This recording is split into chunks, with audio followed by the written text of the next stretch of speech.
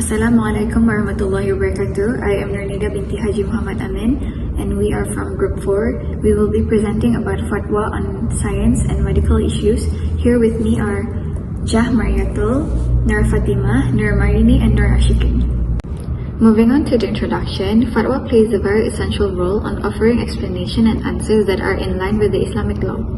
A number of challenges concerning ethical, legal and religious dilemmas have also been brought by the advancement in science, technology and medicine. September Tuan, matrix number 2020-960055. The first issue that related to fatwa on science and medical issues is about blood and organ donation. What is a blood donation? Blood donation is an activity when an individual willingly donates their blood to be used for transfusions to create biopharmaceutical drugs, which is separation on whole blood components.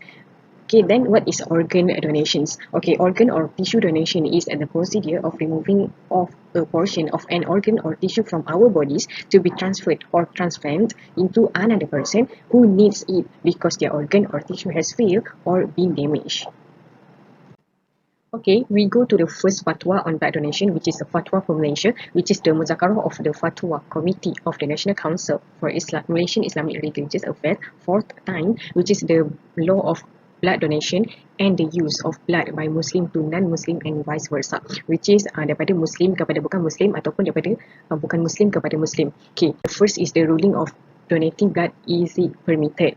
The second is the blood of non-Muslim does not need to be separated from the blood of Muslim. And the last is do not encourage the form of payment as an appreciation for blood donors, di mana duit tidak digalakkan untuk diberikan. In Malaysia, as we know that there's the appreciation that give to the donors, which is such as get the free medical consultation at the government clinic. Actually, there's a lot of Muslim opinion scholars about the fatwa on blood donation, and one of it from the former Mufti of Egypt, that he said in his book, which is Fatwa Syari'iyah wa Buhut Islamiyah book, that transferring human blood to another human being for medical purpose should be legal.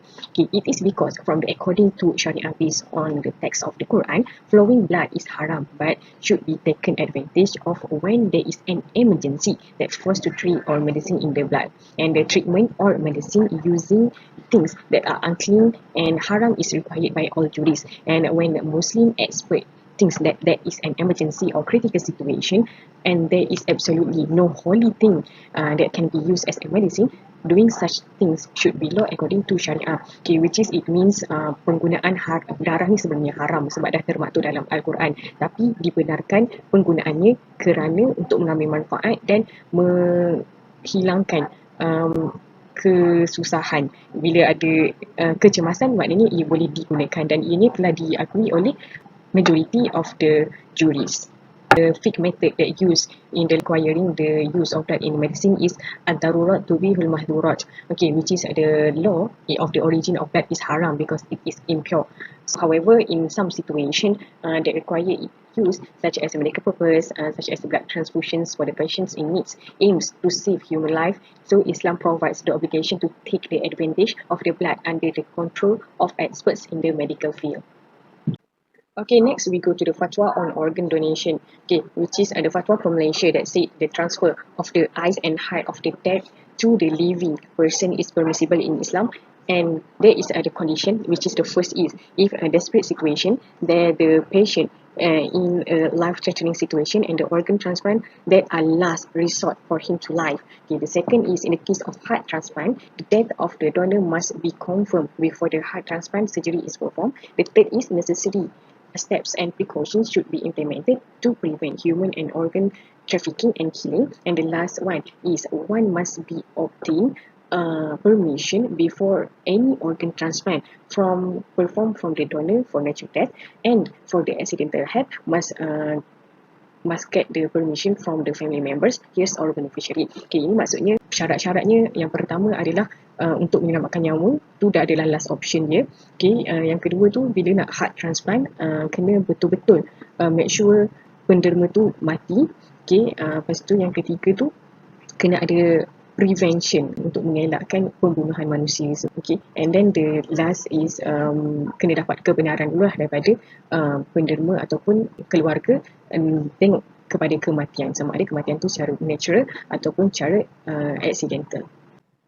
Okay, continue about the fatwa on blood donation, which is some scholars has different view on the organ donation and transplantation, which is they said haram, and the second is permissible. Okay, for the haram, it is because the agreement of the scholars who view transplanting and donating organ is as illegal based on the word of God in Surah Al-Baqarah, verse 195.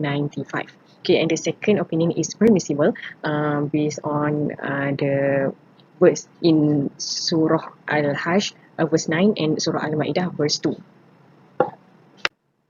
Okay, and then we continue with the fatwa on blood donation from the Islamic Religious Council of Singapore, which is MUIS, which is it is permitted for Muslim to be included in the Human Organ Transplant Act, which is following the reasons. Actually, there's several reasons, but I just took one of the reason that related to the ruling why it is permissible. Okay, the first is Islam encourage seeking a cure and medical care for illness, and at this time, transplanting a new organ in the place of a failing one is the most successful treatment option for people who experience organ failure. Okay, di mana dia cakap Islam ni menggalakkan kita untuk mencari rawatan untuk penyakit tu. Okay, dan pada masa ni menunjukkan bahawasanya transplanting ni ataupun organ donation ni adalah salah satu treatment yang paling berjaya lah untuk orang yang mengalami kegagalan organ. Okay, the second is the Shariah's objective is maqasid make abundantly clear how crucial it is to preserve and human life. The third is the Sharia is based on principles on compassion and care. Thus, the Sharia exhorts people to assist one another and it lessen other people suffering and anguish, including the suffering of renal sufferers. Okay, the last is organ donation is a form of amal jariyah for which ones receive rewards after the death. Okay, and then we go for the legal medicine that used on the fatwa on blood donation, which is the first is al-umuru bimaqasidiha. Okay, an act is determined through the intention and purpose of carrying out organ transplantation is to do minor harm to prevent greater harm from happening and to save someone's life, and instead of the evil intention such as sell and torture the corpse. Okay, the second is ad-darar yuzal, which is the one of the demand of Sharia is to eliminate harm and to preserve life. Is one of the things that need to be preserved, where this treatment is aimed to the preservation of human lives. And the last one is al-mashaqqah tajlibu taysir, which is to overcome difficulties for patients with organ failure, and the organ transplantation is a facility. So flexibility is allowed by Sharia to do illegal things to eliminate harm on the condition that there is no halal option. So in this context, organ transplant treatment is the last option to save the patient. Okay, and lastly, we go to the issues on blood and organ donation, which is about the receiving organ and bloods from non-Muslim. As stated in Al-Quran, Surah Al-Isra, verse 70, the meaning is indeed we have dignified the children of Adam, carried them on land and sea, granted them good and lawful provisions, and privileged them far above many from our creatures. So the issues is from the questions, is it possible to donate blood from non-Muslims who may eat haram food and mughallazah impurities such as pork? Okay, maksudnya boleh ke orang Islam ni menerima darah ataupun organ daripada non-Muslim, sebab seperti mana kita tahu non-Muslim ada yang makan benda haram dan juga najis mughallazah. Okay, and then the mufti state that it was blood and no longer pig substance or ain, which is essence of the pig as a whole, and rule that it was allowed.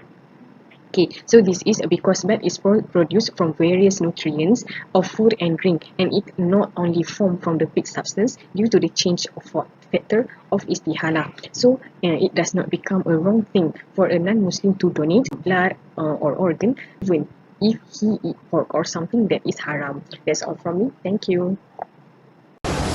Hi, Assalamualaikum. My name is Nur Marini binti Maknawi. My metric number 2020959381. So I will present the next topic, which is plastic surgery. Just because the name includes the word plastic doesn't mean patients who have this surgery end up with a face full of fake stuff. The name is not taken from the synthetic substance but from the Greek word which is plastikos, which means to form or mold, and which give the material plastic its name as well.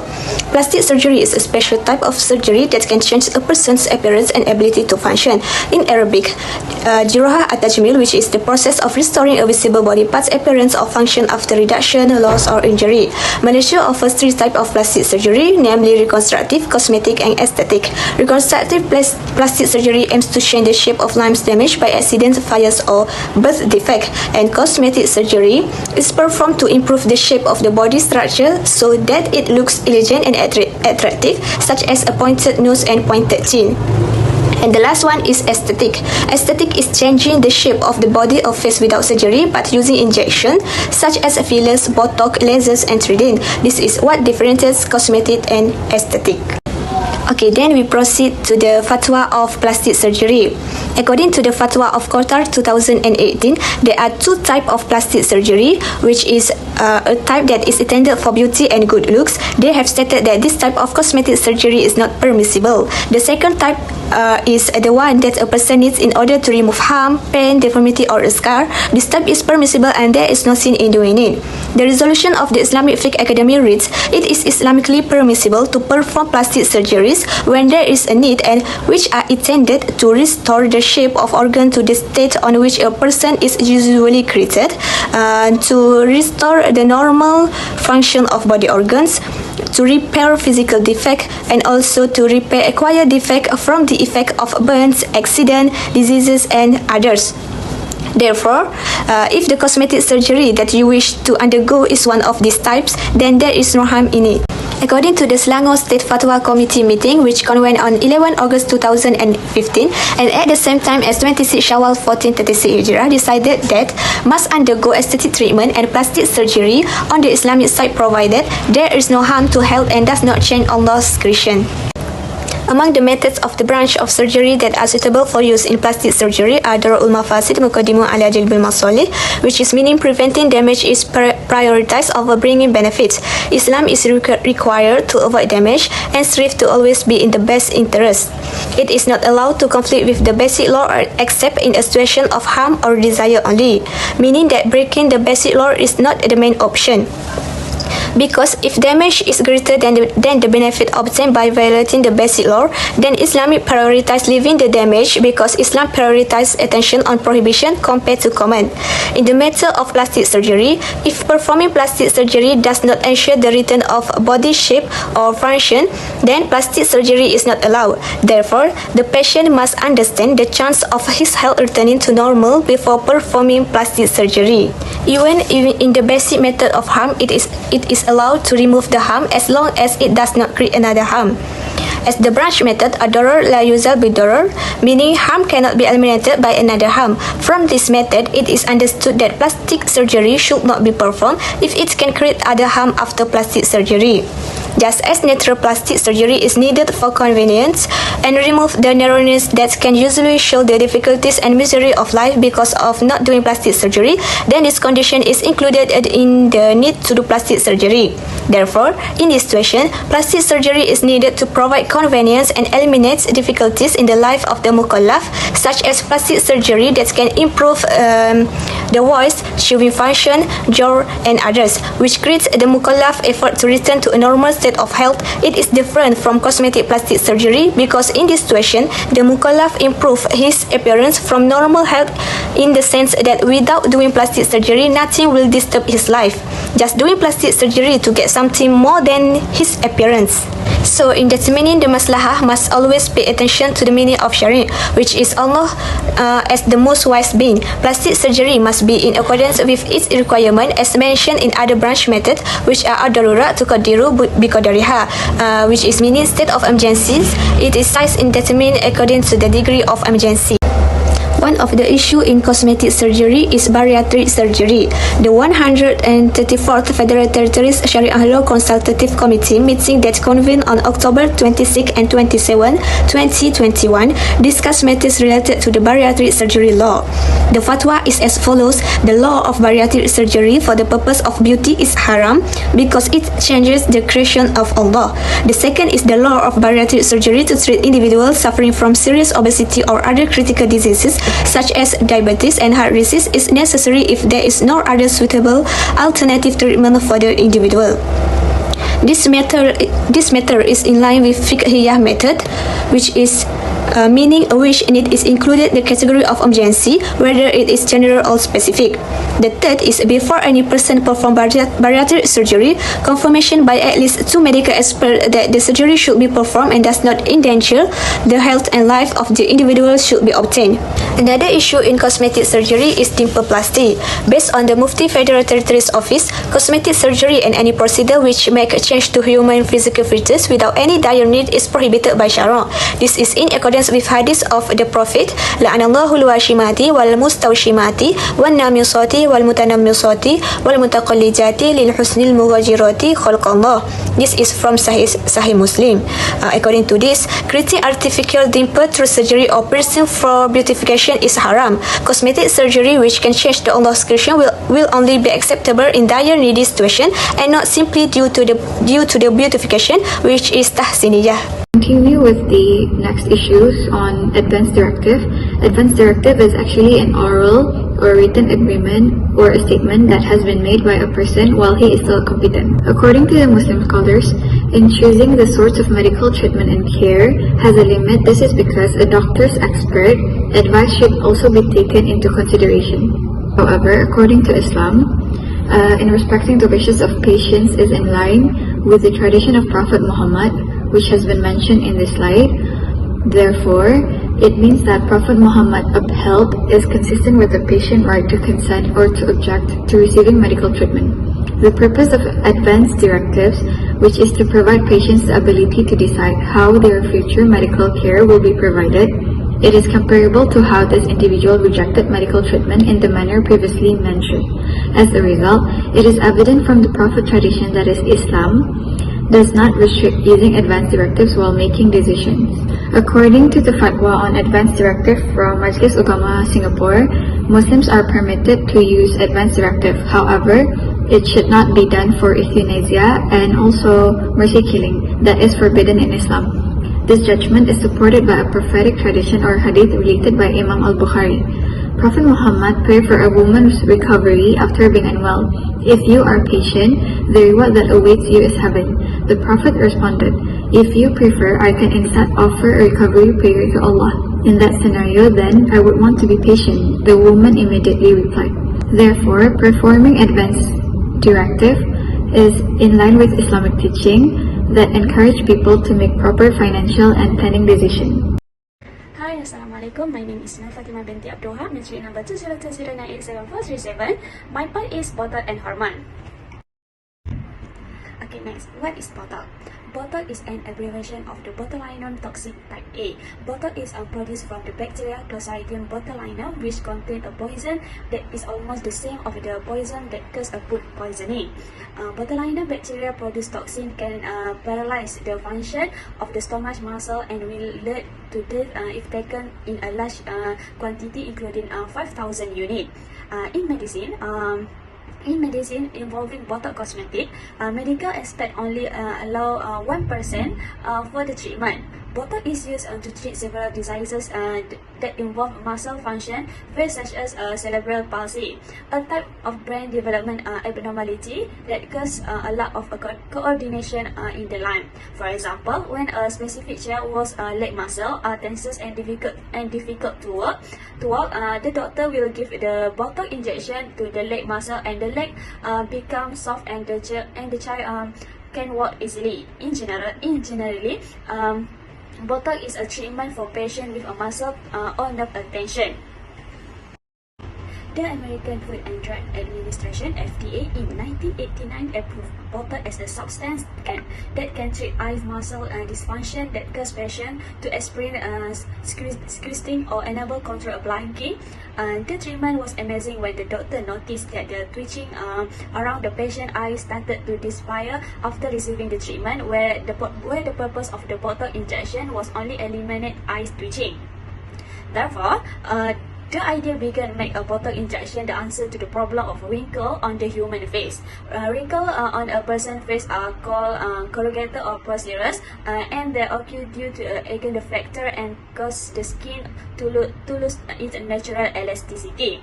Wrinkle will appear around the eyes, we say a crown feet, and when a person loud or smile, and when a person angry, wrinkle be seen on the eyebrow, front line, and wrinkle on the forehead lines. Okay, next we go to the fatwa on Botox and hormone. The first fatwa is fatwa community of the National Council of Islamic Religious Affairs Malaysia, which gathered on 25 until 27 July 2006, agreed to resolve that the state should be published of fatwa forbidding the injection of botulinum toxin type A, and the civil fatwa as follow. Okay, first, after examining research report from inside and outside the country, as well as clear the agreement in the issue of fatwa by the several other Islamic country, botulinum toxin type A, or the name commercial is Botox, was found the content of dubious, impure and prohibited ingredient among the ingredients from the pig. And second, botulinum toxin type A injection also found to be harmful to user in the short term or long term, and can be manipulated for fraudulent purpose. And third, based on the finding as stated above, Muzakarah decide that a botulinum toxin type A or Botox is illegal to use. And lastly, however, for medical purpose, botulinum toxin type A allow on the conditioner that is used in an emergency, but must be qualified specialist. Changing the creation of Allah Subhanahu Wa Taala means changing the nature that Allah Subhanahu Wa Taala has set in His creature, either from the point of view religious or His creation. And this is based on the following agreement from Surah Ar-Rum, Al-Ayat 30, meaning stay on the nature of Allah Subhanahu Wa Taala, who has created man on the nature. There shall not be any changes in their creation of Allah. Okay, next, the second fatwa is fatwa community from the Qatar. Fatwa from Islamic Affairs Qatar related to using Botox to remove wrinkle on the face on 2006 has issued a statement related to this by dividing into two categories, which are. Okay, first category is if the wrinkle on the person's face are caused by advantage age, then the Botox injection is not allowed because it is changed the creation of Allah Subhanahu Wa Taala. This is strictly prohibited if it does it is done with the purpose of deceiving the husband in marriage. Allah Subhanahu Wa Taala has spoken about their will in Surah An-Nisa, verse 116.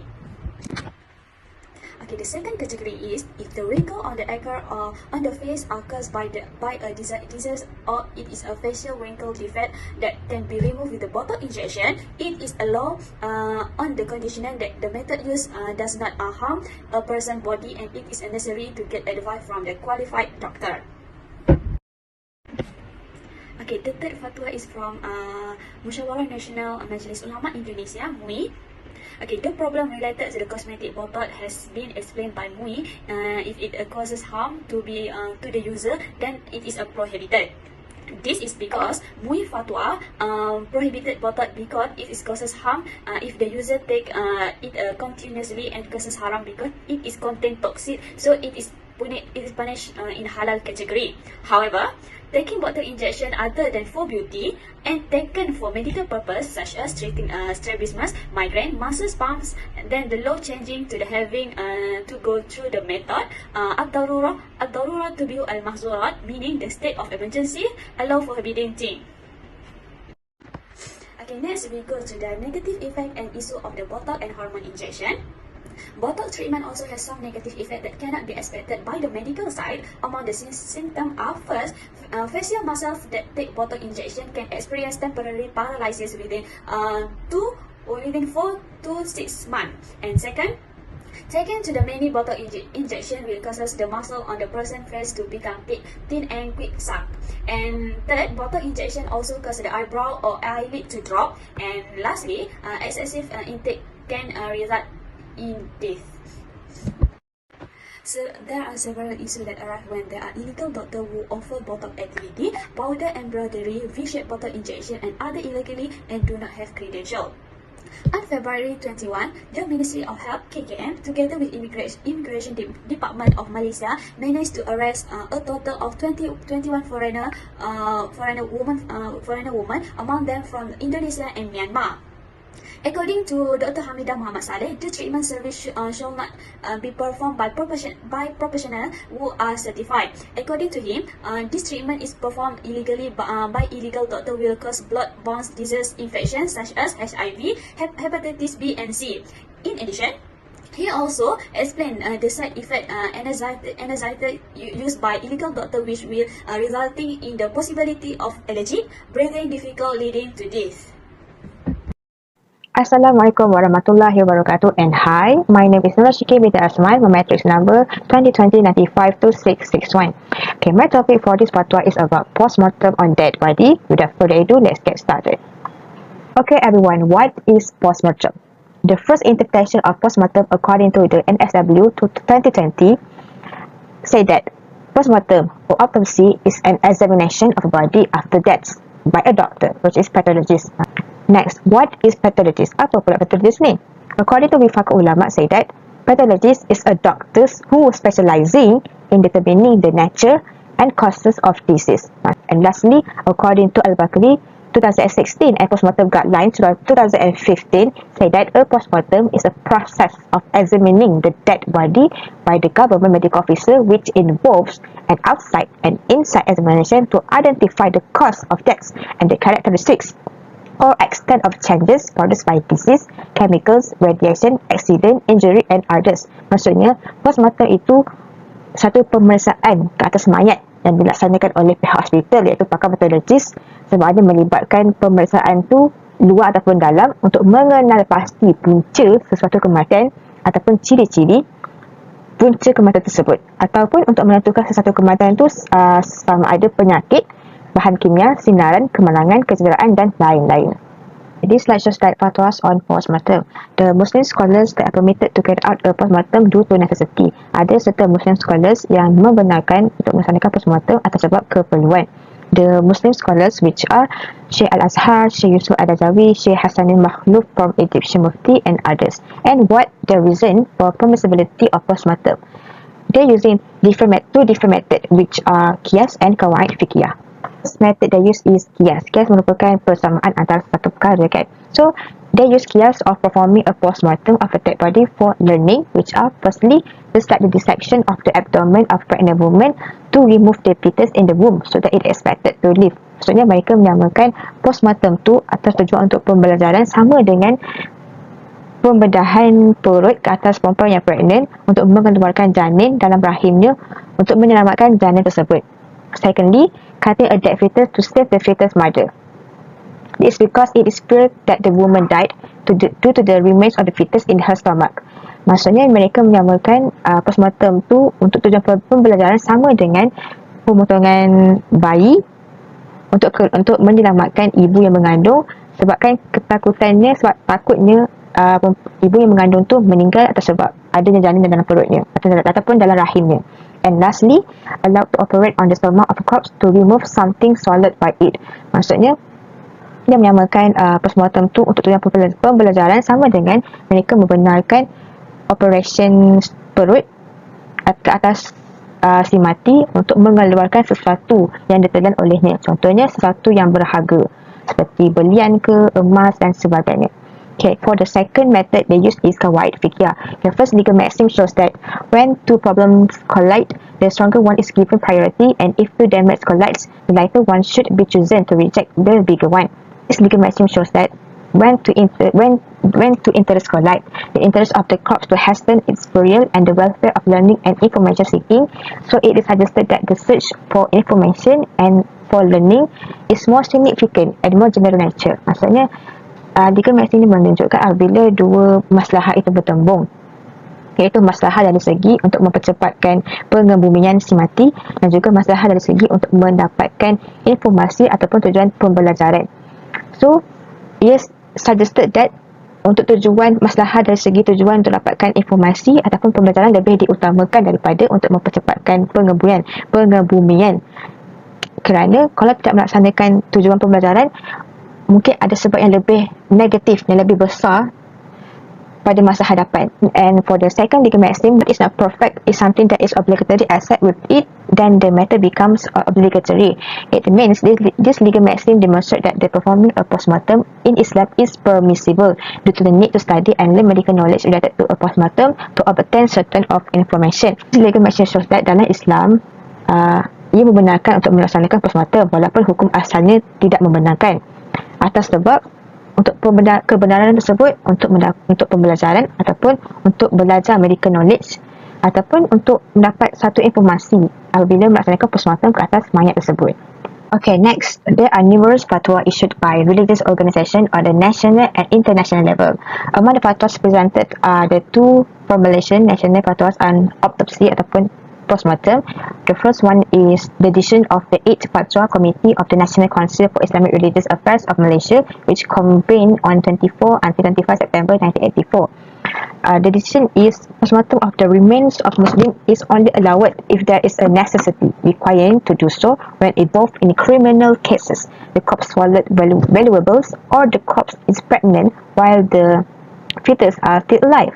Maksud di sini, fatwa ini menunjukkan postmortem itu terhadap mayat yang orang Islam, ia dibenarkan untuk melaksanakannya atas sebab keperluan, which is involved seperti kes yang kriminal. Contohnya kes seperti orang Islam, mayat orang Islam yang tertelan sesuatu yang berharga, ataupun mayat orang Islam yang pregnant, wanita yang pregnant meninggal tetapi dia punya janin ni masih hidup dalam perutnya, dalam rahimnya, so kena keluarkan. Next, muzakara shows that the decision of the 61 Fatwa Committee of the National Council for Islamic Religious Affairs of Malaysia, which convened on 27 January 2004, discussed the issue of postmortem rulings on corpses that are not categorized as deaths due to criminal cases. Okay, the implementation of postmortem on the remains shows that the original rule of postmortem of the corpse is prohibited, but it is allowed if it is necessity requiring to do so, such as researching diseases, to identify the cause of death, as well as to do research and education, especially in the field medicine.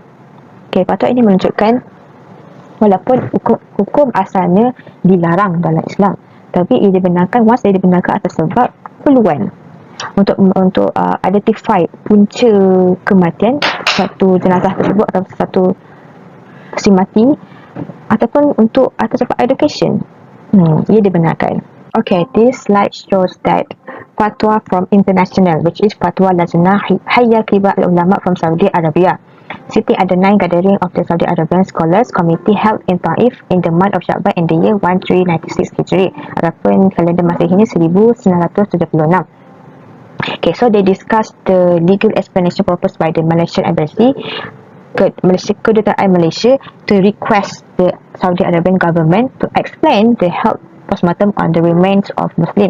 So the reason of implementation, which are firstly to identify criminal allegation, secondly to identify infectious diseases so that prevention efforts can be implemented against the spread of contagious diseases, and lastly for the teaching and learning process.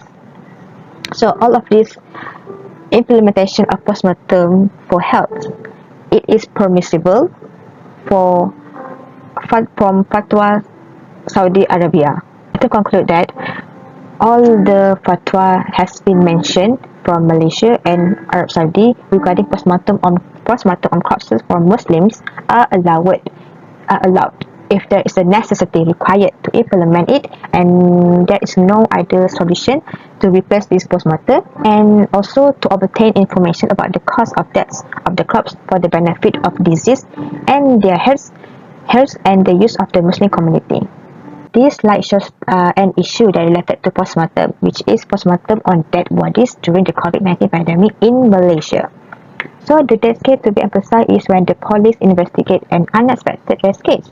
The issue is under the police case, which is the execution of the medical legal postmortem. The case of a person who died suddenly, where his life history had no close contact with someone who had COVID-19 and there was no disease affected the body. So with this, it becomes a very difficult situation for the hospital to determine whether there remains necessary to carry out the COVID-19 test.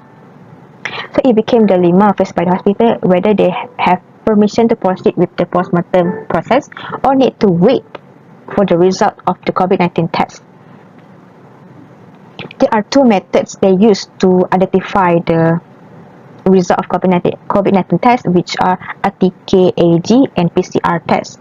If the result shows negative for COVID-19, it is not a problem to continue and carry out the postmortem process, and the remains to find the cause of death.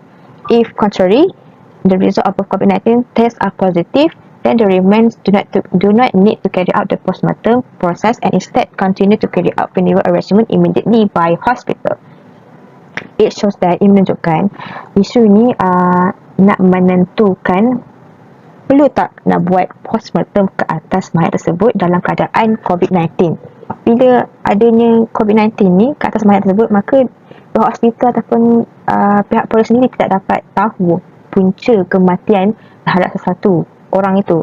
Sebab ini masalahnya, isunya apabila seseorang itu suddenly mati. Kalau orang tu suddenly mati ketika situasi pandemik ni, so polis tidak tahu apa punca kematian tersebut dan pihak hospital pun tak tahu apa punca kematian tersebut. Kalau mayat tu ada COVID-19, tidak bolehlah tahu puncanya. Kalau mayat tu tak ada COVID-19, bolehlah tahu puncanya dan boleh melaksanakan postmortem. Okay, thank you for listening. Alright, for the conclusion, there are various recent fatwas and views of scholars related to the science and medicine which become an issue due to the passage of time, which is advancing with technology and the latest discoveries as discussed, namely blood and organ donation, plastic surgery, botox and hormone, advanced directive and postmortem. With the availability of fatwas from the discussion and decision of the latest scholars around the world, it makes it easier for Muslims to refer to whether it is allowed or not to know the law and the condition of application in more detail. That's all from us. Thank you.